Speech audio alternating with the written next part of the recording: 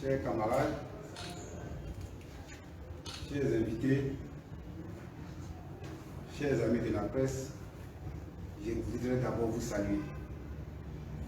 Mais en même temps, vous présenter toutes nos excuses pour ce retard. L'œuvre humaine n'étant pas parfaite, je pense que vous allez nous concéder sur ce petit retard. Nous allons maintenant démarrer notre point de presse.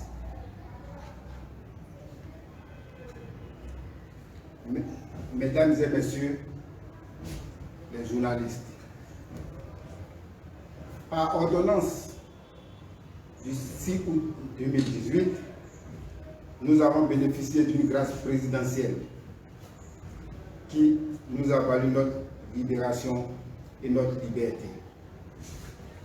Aujourd'hui, après 7 bonnes années passées derrière les grilles, nous sommes en liberté grâce à la magnanimité d'un homme, le président Alassane Ouattara, que nous remercions très sincèrement.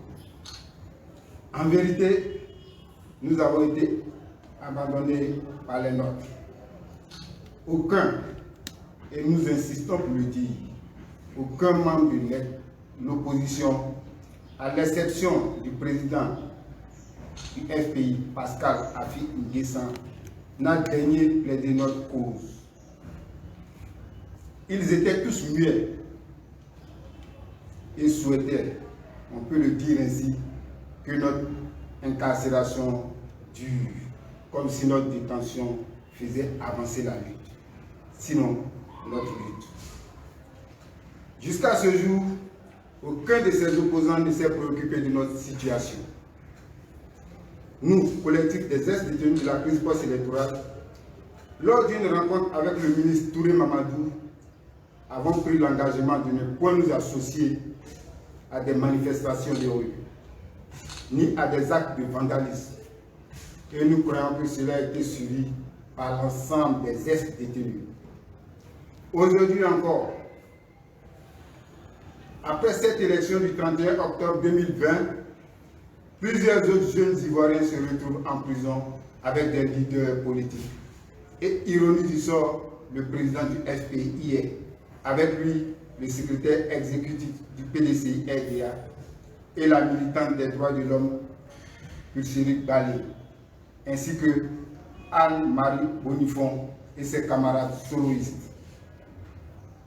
Nous joignant à nos amis du collectif des prisonniers politiques de la crise de 2020, nous plaidons auprès du Premier ministre Ahmed Bakayoko, afin qu'à bras le corps, il se souvienne de nos amis et les fasse libérer par une grâce présidentielle que son Excellence Alassane Ouattara voudra bien prononcer au cours de son discours de réveillon.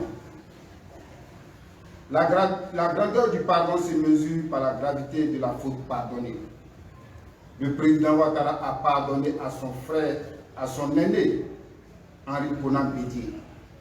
Il peut aussi pardonner à ses enfants et à ses autres frères. Prôner le pardon, la réconciliation, la paix n'est pas synonyme de peur ni de trahison. Nous invitons donc la jeunesse à plus de responsabilités, puisque c'est nous qui payons le prix. Je vous remercie.